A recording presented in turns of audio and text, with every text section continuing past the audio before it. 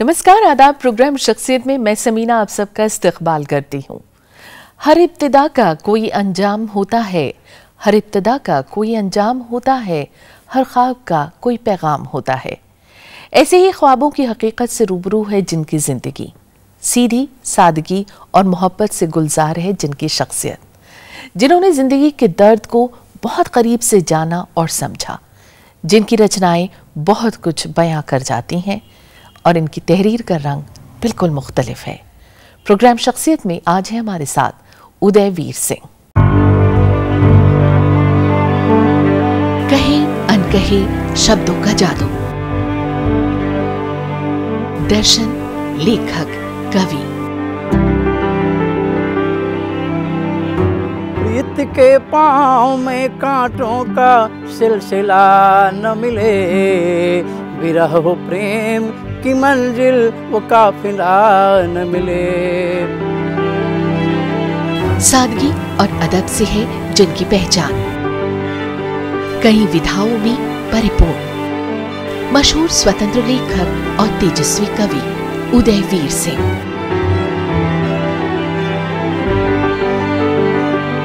अमूमन बचपन जो खेल खिलौनों में बीतता है, लेकिन उदयवीर सिंह का बचपन कब किताबों के साथ शुरू हुआ और ये शौक कब जिंदगी जीने का जरिया बना, उन्हें याद नहीं। उदयवीर सिंह एक स्वतंत्र लेखक की हैसियत से कई बेहतरीन किताबें तहरीर कर चुके हैं। उदय शिखर, प्रीतम, टूटे सितारों की उड़ान, समिधा काबिल जिक्र हैं, जो समाज और साहित्य का आईना है।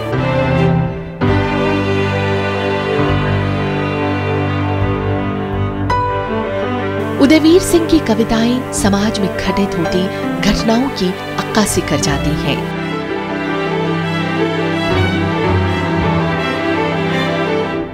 खा रहे हो कसमें जिसकी, खा रहे हो कसमें जिसकी, वो कोई ईश्वर नहीं है। चल दिए बेफिक्र हाथ पकड़े, चल दिए बेफिक्र हाथ पकड़े, वो कोई रहबर नहीं है। तुम तो डरते हो जिंदगी से, तुम तो डरते हो जिंदगी से, उसे कयामत का डर नहीं है। जो कहा है आज तुमने वो तुम्हारा स्वर नहीं है। वहीं उनकी कहानियां मानवीय मूल्यों, संवेदनाओं, अनुभूतियों को इस तरह पाठकों के समक्ष रखती हैं कि वो अपने आसपास हो रही उन तमाम वाकयों से अपने को यूं बांध लेता है मानो उसी की बात हो। बकौल उदयवीर सिंह की, दर्द से उनका रिश्ता काफी पुराना है। खोई खुशी जिनकी खुशियों के खातर, खोई खुशी जिनकी खुशियों के खातर, तन्हा खड़े हैं सहारा नहीं है। उदयवीर सिंह को अब तक कई अवार्ड से नवाजा जा चुका है।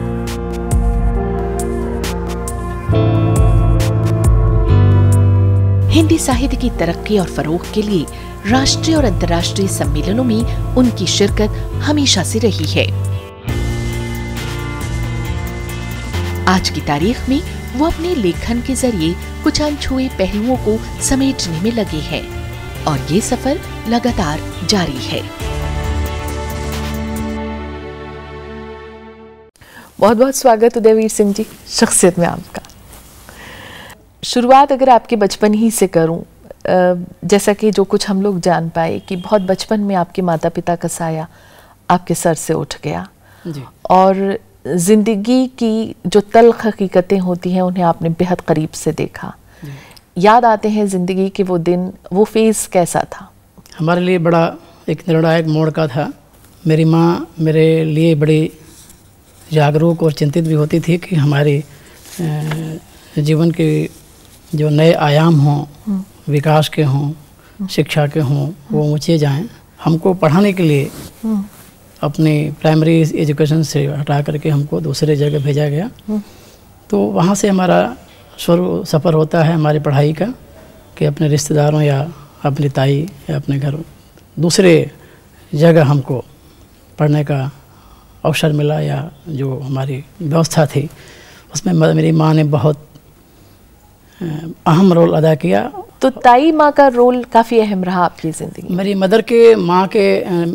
मेरी माँ के देहावसान के बाद सारा दारोमदार मेरे दूसरों पर ही आया, और उसके लिए बखूबी मेरी माँ, जो माँ ही मैं कहता हूँ, अभी भी कहता था। तो उन पर आपने एक किताब भी लिखी। जी हाँ जी। तो उसमें से कुछ अगर सुनाना चाहें तो। पहला बंद मैं आप सुना दूँ कि कुछ प्रेम भरी, कुछ विनय भरी, कुछ प्रेम भरी, कुछ कड़वी सुन लो प्रीतम, निखिल विश्व में एक सलोने, तुम हो मेरे मेरे प्रीतम। प्रीतम नाम था उनका। जी जी। मुझे ये बताइए कि 14 साल की उम्र में आपने लिखना शुरू किया। जी हाँ। सबसे पहले क्या लिखा, कुछ याद आता है? वैसे मैंने लिखना तो काफ़ी शुरू किया, छोटे मोटे, और गाया भी करता था और सुनाया भी करता था। लेकिन मैं, हमारा ख्याल है कि हाई स्कूल में 9th में था, और 9th का एग्जामिनेशन हो चुका था और हम लोगों का फेयरवेल हो रहा था। तो उस समय हमको मंच पर पढ़ने का मौका मिला। उस समय आतंकवाद बहुत सिरे पर था, और उस समय बड़ी बेरहमी के साथ कहीं भी कुछ भी हो सकता था, हो जाता था। तो उस समय दर्दनाक घटनाएं घटती थी, पेपर में हम लोग पढ़ते थे। तो मेरे दिमाग में आता था कि ऐसा क्यों होता है। तो मैंने उस पर लिखा था, हम जला रहे हैं, हम जला रहे हैं, रूढ़ियों पे चलने वाले अलगाववाद बो रहे हैं, विकासवाद बोने वाले चांद पे जाने वाले विकासवाद बो रहे हैं, वो मंजिल पे जा रहे हैं, हम मंजिल बुला रहे हैं, हम जला रहे हैं। ये मेरी पहली जो मन से पढ़ी गई मेरी कविता लिखी। तो युवाओं को तो बेहद पसंद आई होगी, एक मैसेज दिया आपने इस तरीके से। शिक्षकों को, हमारे और सारे लोगों को जब भी तो पसंद आई थी। मुझे ये बताइए कि लेखक और पाठक के बीच संवाद एक बहुत सलीके के साथ हो सके, तो यहाँ पर एक लेखक की जिम्मेदारी बहुत बढ़ जाती है। कौन से ऐसे मापदंड हैं जिन्हें आप खुद फॉलो करते हैं? मेरे ख्याल से ज़हनी तौर पर पाठक को वो चाहिए होता है जो उसकी आवश्यकता होती है, और उसकी आवश्यकता उस समाज के साथ संबद्ध होती है। तो हमारी सकारात्मक जो सार्थक प्रतिक्रिया होनी चाहिए पाठक के साथ हमारे लेखन का, वो होना चाहिए कि उसके संवेदनाओं को समझते हुए कोई भी लेखन का कार्य हमारा होना चाहिए, जिससे आज के जो परिप्रेक्ष्य है उसके समकक्ष वो अपने को खड़ा पाए, अपने को पैरोकार कहे या लेखक को एक पैरोकार कहे। वो सारोकार से संबंधित रचनाएं ही आज कभी भी स्वीकार्य थीं, कभी भी स्वीकार्य होंगी, और आज भी उसी की आवश्यकता है। मुझे ये बताइए कि अमूमन जब आप कुछ लिखते हैं और वो मुद्दे कहीं ना कहीं समाज के आसपास वो घटित हो रहे होते हैं, जिन्हें एक लेखक अपनी खूबसूरत अल्फाज में पिरोकर हम जैसे पाठकों के सामने रखता है, आपकी नज़र में कौन से ऐसे मुद्दे रहे जो आपको बेहद प्रेरित करते रहे लिखने के लिए? इस मामले में बहुत संवेदनशील हूँ मैं, और मेरा बैकग्राउंड जो कि सहयोगात्मक रहा है, अपने सामने उन यतीमों को, उन गरीबों को जो फुटपाथ पर हैं या और अन्य जगहों पर जिन्हें रोटी नहीं है, जिन्हें कपड़े नहीं हैं, जिन्हें मकान नहीं हैं, उनकी यतीमी इस कदर ऐसी क्यों हो जाती है, हम उस पर क्यों नहीं उनके लिए कुछ करते हैं। इस पर मैंने बहुत सारा लिखा है, और मेरी कहानियों में हमेशा आता है, मेरी कविताओं में आता है। तो हम अपने को उनका रहने दो, उनको पास मुझे, जो हाथ मुझे छू लेते हैं। और एक कवि या एक लेखक का कर्तव्य होता है कि इस चीज़ की, इन चीज़ों को बताए।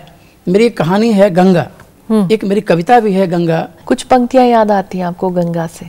लो मैं आ गई हूँ मुक्त होने तेरे उस हस्ताक्षर से, जो तेरा किया हुआ है तूने समझा नहीं, वो तेरा है जिसे मैं मेरा कहती थी, उसे मुक्त कर दो, मैं गंगा हूँ, मैं मुक्त हो जाना चाहती हूँ।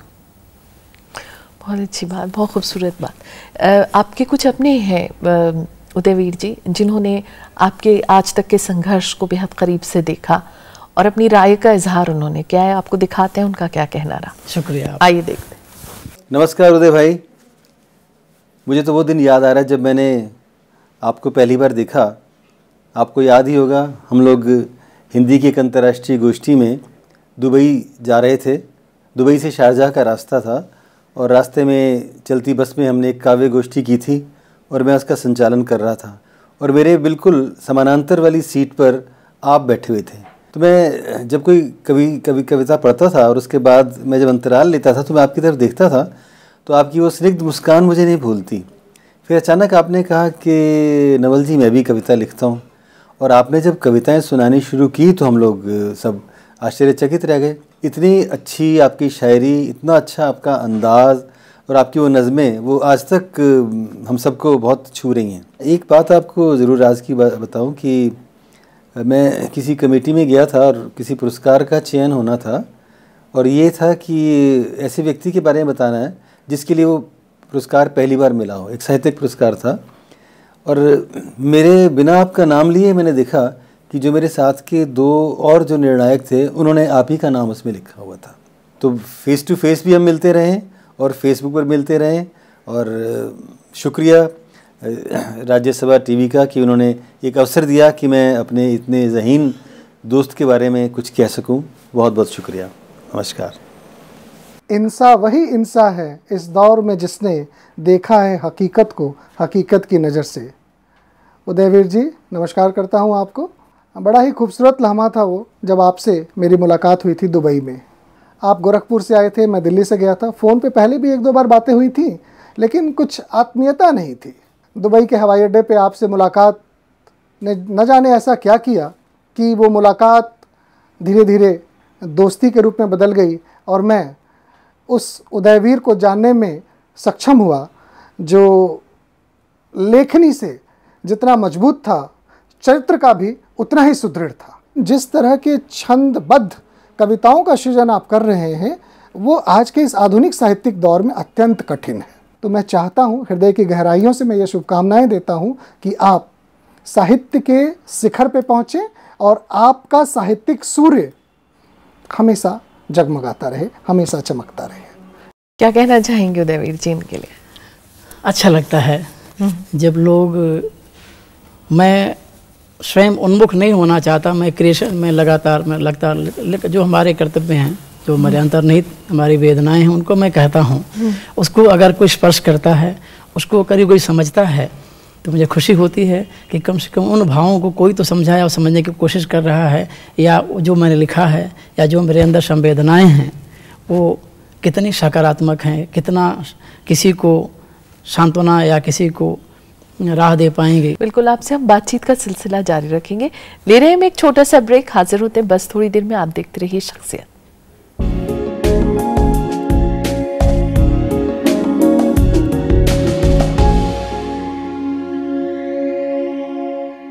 और ब्रेक के बाद शख्सियत में आपका एक बार फिर स्वागत है। हमारे साथ हैं आज मशहूर मारूफ लेखक उदयवीर सिंह जी। उदयवीर सिंह जी, ये बताइए कि अमूमन साहित्य को समाज का एक दर्पण कहा जाता है। जब आप संवाद करते हैं पाठक के साथ या लिखते वक्त आप किन किन चीज़ों का ध्यान रखते हैं? ख़ास तौर से एक लेखक की जिम्मेदारी कितनी होती है? आचार्य रामचंद्र शुक्ल ने कहा है जी, साहित्य समाज का दर्पण है। बिल्कुल 100% ये सत्य है। समाज में जो घटने वाली दुर्घटनाएं ही जो विशिष्ट होती हैं, जो पुनः ना दोहराई जाएं या उनको परिमार्जित हो सके, उसी को कलमकार कलमबद्ध करके हमारे पाठक के सामने रखता है और उसी को हमारी ये मांग भी है और हम प्रयास भी करते हैं और प्रयास होना भी चाहिए कि जो हमारी यथार्थता है, यथार्थ का चित्रण हो लेकिन सम्यक हो, सार्थक हो, किसी अन्य दिशाओं में उनका भटकाव न हो। ये हमारी जिम्मेदारी बनती है और इसका हमें ध्यान रखना होता है, रखना चाहिए। उदयवीर जी, ये बताइए कि भाषा सीमा से परे है लेकिन कई बार सीमाएं तय कर दी जाती हैं। जहाँ पर ये सीमाएं तय कर दी जाती हैं वहाँ क्या कुछ बदल जाता है? आज विश्व दर्शन में आज हम जिस परिवेश और वातावरण में जीने की कोशिश कर रहे हैं और हमारी भारतीय भाषाओं का जिस तरह से अवलोकन हो रहा है, उसमें यह बिल्कुल ही कहना कि हमारी भाषा को जो बंधित कर दिया जाए या उसकी सीमा बांध दी जाए, यह बिल्कुल ही अन्यायपूर्ण होगा। भाषा को हमेशा उस समाज के परिप्रेक्ष्य में, उसके समकक्ष देखा जाना चाहिए। आपके साथ कुछ ऐसा हुआ कभी जहाँ पर आपको लगा कि कहीं ना कहीं आपको सीमाओं में बंधना पड़ रहा है या आपको बांध दिया गया है? कभी कभी लगता है, हाँ, लेकिन हमेशा नहीं लगता। हम अपनी भाषा को कोशिश करते हैं कि सरल हो, ग्राह्य हो और समीचीन हो और उन लोगों तक भी पहुँचे जिसको उसकी आवश्यकता है। मुझे ये बताइए कि अगर देखा जाए, आपने विदेशों में काफ़ी ख्याति प्राप्त की और बहुत बार आप बाहर बहुत बुलाए भी गए। विदेशों के लिहाज से अगर हम बात करें तो किस तरह के पैमाने वहाँ आपको तय करने पड़े, या यूँ कहा जाए कि वहाँ पर जाकर आपने किस तरह के प्रयोग कर पाया? विदेशों में जहाँ तक हमने देखा है कि वहाँ के लोग, वहाँ के स्कॉलर भी हमारी हिंदी को, हमारी भाषा को सीखना चाहते हैं, लेकिन उनको जब लयबद्ध या उन तारतम्य में बांध करके अगर बताया जाता है, जैसे फिल्मों का माध्यम आपने देखा कि उनकी लचीलेपन, सुरीलेपन और एक सामयिक जो चित्रण के साथ उनको हम देखते हैं, उनको बहुत शीघ्र वो ग्राह्य करते हैं और उसके प्रति काफ़ी उत्सुक होते हैं। तो ये हमारा अच्छा प्रयास होगा कि हम लोगों ने अपने रचनाओं को भी एक कुछ ऐसी चीज़ों में उनको ढालने की कोशिश की भी। देखिए, श्रीलंका में देखा मैंने कि श्रीलंका में लोगों ने जो हमारे भोजपुरी से भी थोड़े से रिलेटेड जो थे शब्द थे, उनको भी वो एक वहाँ के प्रोफेसर हैं जो भी हमारे उच्च आयोग में काम भी कर रही हैं, उन्होंने एक अपने अनुवाद के माध्यम से बताया। वो हमें शब्द लगा कि वो ज़्यादा भोजपुरी से मिलता जुलता है, तो ऐसे शब्दों का भी उन्होंने हमारी भाषा में अगर प्रयोग किया उन्होंने, और हम लोग करते हैं, तो उनको शीघ्र ग्राह्य भी है और उसको खुशी खुशी आत्मसात करते हैं। आपकी जो रचनाएं हैं वो छोटे गांव, कस्बों और शहरों में सांस लेती है। देखा जाए तो आप ज़मीन से जुड़ी हुई बातें ज़्यादा करते हैं। ऐसे में एक याद आ रही है मुझे, मकान नंबर 84, उसके बारे में ज़रूर बताइए। शमीना जी, मकान नंबर 84 को मैंने बहुत शिद्दत के साथ लिखा और मेरे अभी जब उसके वाक्यांश हम पढ़ते हैं तो हम थोड़ा असंयमित हो जाते हैं। वो दुर्घटना है और उस दुर्घटना का चित्रण जो है हमने अपने शहर में देखा है। के किरदार के रूप में पूरन सिंह जो हैं लाहौर से आते हैं, पाकिस्तान छोड़ के आते हैं और यहाँ बसते हैं और रिफ्यूज़ी का दर्जा दे करके उनको बसाया जाता है, बसते हैं। बावजूद की हिम्मत के साथ उन्होंने बहुत सारा कुछ किया, लेकिन वहाँ के जो लोग उनको अपना समझ के आए थे। पाकिस्तान बेगाना हो गया जहाँ पैदा हुए और यहाँ हिंदुस्तान में आए, उससे ज़्यादा यतीमी और पूरे उनके परिवार का उनके सामने ही कत्ल हुआ। ये पूरन सिंह और की दास्तां है और मकान नंबर 84 में ये घटनाएं हैं। आपके कुछ और अपने हैं उदयवीर सिंह जी जिन्होंने अपनी राय का इजहार किया है, आपको दिखाते हैं उनका क्या कहना रहा। आइए देखते हैं। और आपको ध्यान होगा, आप जब 2 वर्ष पूर्व आए थे तो आपने कुसुमाकर पांडे जी का रेफरेंस दिया था, तो और आपने अपनी जब हमें कविताएं सुनाई थी पढ़ के तो कितना मज़ा आया था और हमने तुरंत आपसे इस बात के लिए हमने स्वीकार कर लिया था कि हम आपकी पुस्तक को जरूर छापेंगे। आप इतने मृदुभाषी हो, आप फ़ोन भी जब करते हो तो मैं सारे कहीं भी हो गाड़ी रोक के तुरंत आपसे बात करने के लिए रहता हूँ और लंबी हमारी बात होती है, क्योंकि आपकी बातों में वही कविता वाला रस है आपकी आवाज़ में। आपके आगे आगे उत्तरोत्तर प्रगति के लिए हम आपको शुभकामना देते हैं कि आप और अच्छा लिखें और सुंदर लिखें और हमें ही छापने का मौका दें, ताकि हम भी आपके साथ साथ हम भी आगे बढ़ें और मिलकर एक बहुत अच्छा एक संयोग बने हमारा, और हमारी शुभकामना हमेशा आपके साथ रहेगी। उदयवीर जी, बड़ा अच्छा लगता है जब आपके साथ बिताए हुए पल मुझे याद आते हैं। बेहतरीन पल थे वो, दुबई की यात्रा, वो शारजा में जाना, और जब पूर्णिमा वर्मन जी के यहाँ आपकी कविताओं को सुना तो लगा नहीं कि गोरखपुर का एक सीधा सा इंसान जो है वो इतनी सुंदर कविताएं लिख सकता है। मुझे बड़े अच्छे लगे। बहुत ही साधारण शब्दों में अपनी बात कह देने वाले वो व्यक्ति जिन्हें अपनी ज़मीन से प्यार हो, जिन्हें अपनी आत्मा से प्यार हो, अपनी शिद्दत से आपने अपनी रचनाओं को बुना, गुना और लिखा। सच मायने में मैं आपको अपनी शुभकामना दे रहा हूँ। बड़ा अच्छा लगता है कि इस तरह सच्ची बातें और संतुलित भाषा में कहने वाले लोग हमारे पास बहुत कम हैं। उदयवीर जी की जो मैंने आपकी पिछली पढ़ी थी किताब, जो आपने मेरे को दी भी है, जो दिल्ली से आपने पब्लिश करवाई थी, तो दिल्ली में आप मेरे को मिलने आए जब उदय शिखर, उसके बाद मैंने आपको प्रेरित किया था कि आप गद्यांश भी लिखिए। तो वो मुझे बड़ा अच्छा लगा जब आपने बरेली में मासी जी की शादी पे आए आप, और मुझे आपने वो दिखाई मकान नंबर 84। उदयवीर जी ऐसा है कि मैंने जब सुना था कि आप थोड़े बहुत सीरियस रहते हैं, लेकिन जब मासी जी की लड़की की शादी थी बरेली में, तो वहाँ सारा परिवार जब इकट्ठा बैठा, तो आपने जो 2-3 कविताएं जो हमें सुनाई कॉमेडियन, तो उससे तो बड़ा दिल खुश हुआ। मेरे ख्याल में अगर इसमें भी आप कुछ और लिखें जो कॉमेडियन, तो बहुत बढ़िया होगा। जैसे आपका नाम है उदय शिखर, और जैसे आप उदय हुए शिखर की तरफ बढ़ते जाएं, यही मेरी आशा है, और यही एक रिश्तेदारी और बड़े होने के नाते मैं यही चाहता हूँ कि आप ऊपर और बढ़ते जाएं, दीन दुनी तरक्की करें। क्या कहना चाहेंगे?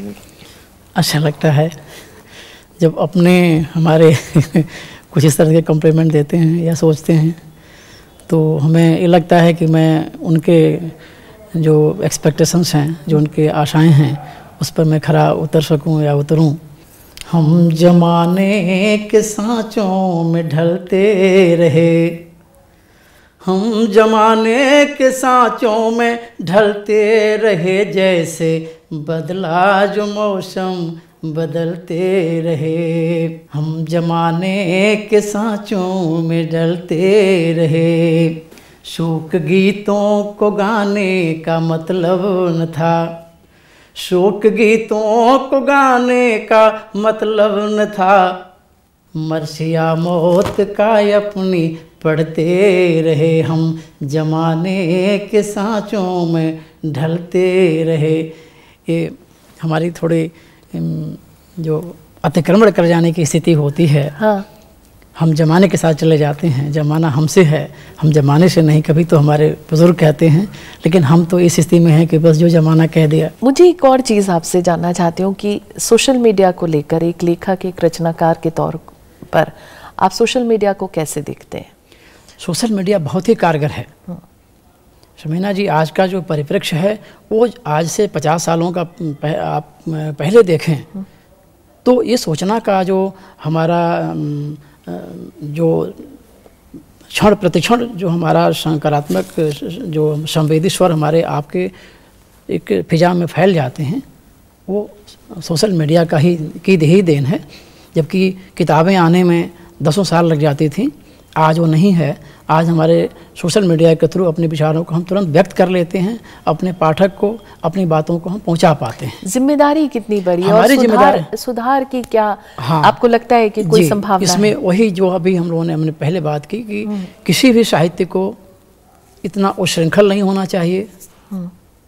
एक किसी बच्चे को अगर हम कोई खतरनाक हथियार देते हैं, वो चलाना नहीं जानता है या उसका प्रयोग करना नहीं जानता, तो अगर हम बड़ी से बड़ी चीज़ों को भी या ऐसे घृणित चीज़ों को भी हम महिमा मंडित करने में लग जाते हैं, जो नहीं करना चाहिए। और सोशल मीडिया का ये बहुत बड़ी जिम्मेदारी है कि जो भी चीज़ हो वो सार्थक हो और समीचीन हो और ग्राही हो। बहुत जिसे कहना चाहिए ना, बहुत गहरी बात आपने कह दी है, और बेशक अगर लोग इसे ध्यान से सुने हों तो आगे बढ़ने का एक रास्ता बहुत अच्छा आपने लोगों को दिखाया है। चलते चलते मैं ये ज़रूर जानना चाहूँगी, चूँकि आपकी आवाज़ हमने सुनी, बहुत प्यारी सी आवाज़ है, तो फिल्मी गीत भी कोई ना कोई आपको बेहद पसंद आते रहे होंगे। कोई एक गीत जो आज आप हमारे साथ साझा करना चाहें? हमराज का गाना है, याद आता है, उन्हें बहुत प्यारा है। न मुँह छुपा के जियो, न सर झुका के जियो, गमों के दौर भी आए तो मुस्कुरा के जियो। न मुँह छुपा के जियो और न सर झुका के जियो, न मुँह छुपा के जियो और न सर झुका के जियो, गमों का दौर भी आए तो मुस्कुरा के जियो। न मुँह छुपा के जियो और न सर झुका के जियो, न मुँह छुपा के जियो और न सर झुका के जियो।